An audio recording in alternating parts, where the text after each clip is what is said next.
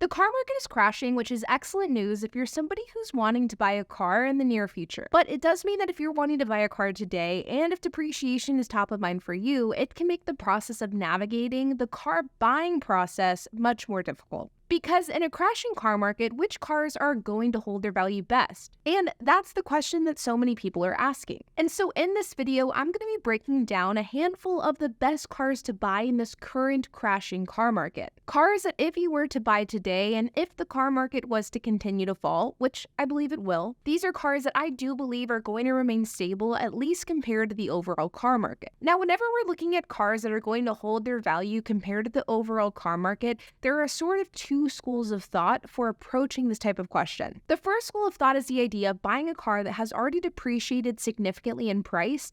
This way, this car doesn't have that much more to drop. Sort of this idea that, okay, this car has already crashed in value, so it's not going to crash anymore. And while I do think that this school of thought has merit, I think it is flawed, especially in this current car market, because in this current car market, it is very, very difficult to figure out where depreciation bottom is for a car. Meaning, it's difficult to tell when a car has depreciated by so much that it's not going to depreciate by that much more. For example, back a couple of years ago, I bought a Maserati Ghibli for about 30 grand, and what I thought at the time was near the floor price of the car. Fortunately, I did get rid of this car a long time ago because today the price of an identical car to the one I owned is under 20 grand. And in the case of a Maserati, I'm still not convinced that 20 grand is the depreciation bottom for a Ghibli. This is just an example, and granted, it absolutely is an extreme one, but it's also a textbook one. And so with that in mind, the second school of thought here is to buy cars that have held their value well throughout the car market crash and have had relatively stable pricing. And it is important to offer the gigantic caveat here that nearly every single car has depreciated over the last year. To find one that hasn't depreciated at all is basically an impossible task. But there are cars that have been depreciating either more or less than others,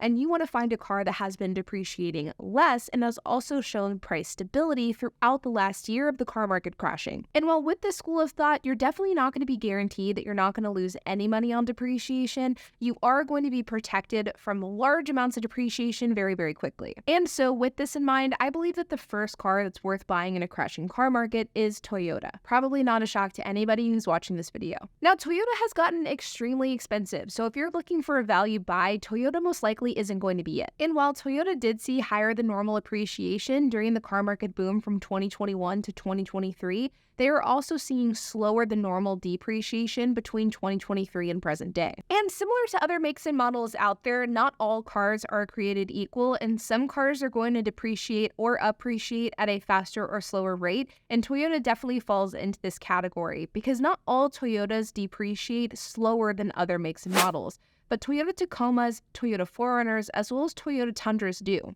This right here is a graph from June 2021 to present day, which is July of 2024.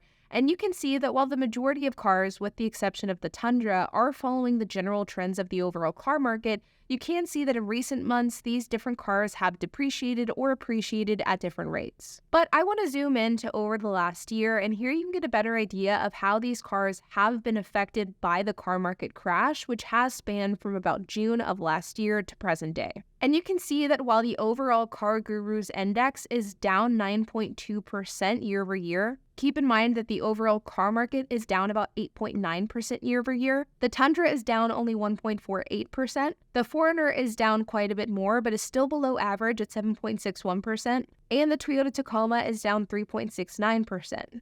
Meaning that all of these cars are performing above average relative to not only Car Gurus, so third-party used vehicle platforms, but also relative to the overall used car market as a whole. The other thing that I believe Toyota has going for it, specifically with these three models, is that despite the fact that Toyota is and has released new generations for the Tacoma, 4Runner, and Tundra in recent years, and while typically this can negatively affect the depreciation of previous generations, in the case of Toyota, the newest generations are more expensive and have different motors, which many people fear will cause this car to be less reliable. Which means that despite the fact that there is a new and better version of these vehicles that has been released, I think there is a segment of buyers that are still going to go with the older models given the fact that they have a proven track record. Meaning that the typical accelerated depreciation that you see with older models once a model is refreshed, I'm not entirely convinced that this exact same thing will be seen with older models of the 4Runner, Tacoma, and the Tundra. And this in turn will keep even a bit older, more outdated models of these cars more stable in price. The next car I want to talk about is Honda, and Honda across the board has pretty stable depreciation, especially compared to similar makes and models. Honda certainly doesn't have the same stability as Toyota, but it is better than the overall car market and better than other used cars in this market, with the Honda Odyssey having the best depreciation across different Honda makes and models. You can see here how the Honda Odyssey, Honda as a brand, as well as the overall index has been trending since 2021, where the car market boomed. And Honda has been, for the most part, been following industry trends throughout the last 3 years. But you can see here that if we look at the last year specifically, Honda Odyssey prices have been relatively stable, especially whenever we even compare them to Honda as a brand. You can see here that the CarGurus index has declined by 9.24% year over year. Again, keep in mind that the overall car market has declined by just under 9% in the same period of time. While Honda as a brand has declined by 7.82%, still below average for the market, but the Honda Odyssey has only declined by 5.18%. Much better than the overall car market, but even better than other makes under the Honda brand. Not only this, but in the last 30 days, the Honda Odyssey has only declined in price by 0.1%, and in the last 90 days, it's actually appreciated by just under 1%. Pretty solid, all things considered. In general, Honda has a long-standing solid track record of value retention, and if you're looking for a minivan that isn't going to totally break the bank, and one that will hold its value well compared to other vehicles, well, the Honda Odyssey is a great bet. Now, the next one is going to be a surprising one, but that is BMW, specifically the M3. Believe it or not, whenever you look at all vehicle makes and models, not just specifically luxury cars, BMW has a pretty solid track record with the M3 when it comes to depreciation in the last year. And the BMW has pretty stable pricing, especially compared to other similar makes and models like Audi, Mercedes, even Lexus. When you look at the database between 2021 and today, not only did BMW have not the same rate of appreciation as other brands like Mercedes, for example, but between 2023 and 2024, as the car market has fallen, BMW has also seen less depreciation. So across the board, both with the highs and the lows, BMW has shown pretty good price stability in an extremely volatile market, which is a great thing for the BMW brand. But like all brands out there, not all BMWs are created equal, and as I mentioned a moment ago, the M3 specifically has better depreciation than other cars out there. You can see here how the BMW M3 has been trending over the last 3 years, and unlike the other types of vehicles that we discussed in this video, which did show similar trends to the overall car market just at different price points, BMW M3 is sort of in its own league, and it's not really following the trends of the overall car market at all. You can see here the M3 dipped a bit while the overall car market did not, and in recent months the M3 has actually been appreciating while the overall car market has not. But if we hone in over the last year, you can see that overall the M3 has had really stable pricing. Again, the overall CarGurus index has declined by 9.2%, while the used car market as a whole has declined by just under 9%. BMW as a brand has fallen by 4.42%, which is pretty damn good.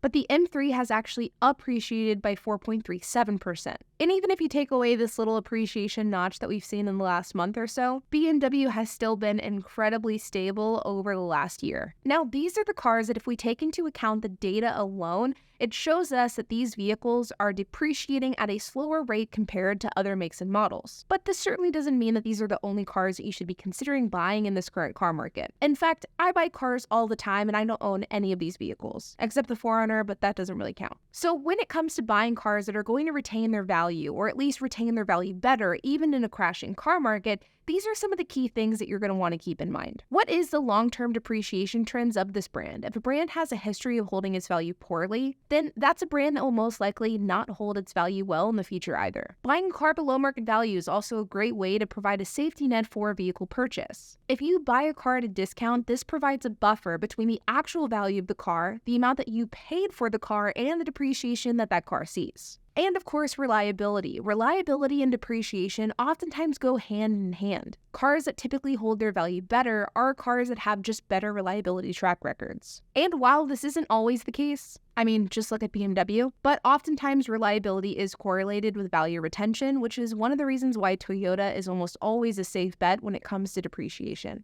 Like always, you guys, I hope that you enjoyed this video. If you have any questions, comments, if you have anything to add, I would love to hear it, so make sure to leave a comment down below. And while you guys are at it, make sure to hit the like button, hit that subscribe button, and hit the notification bell. And I will see you guys in the next video.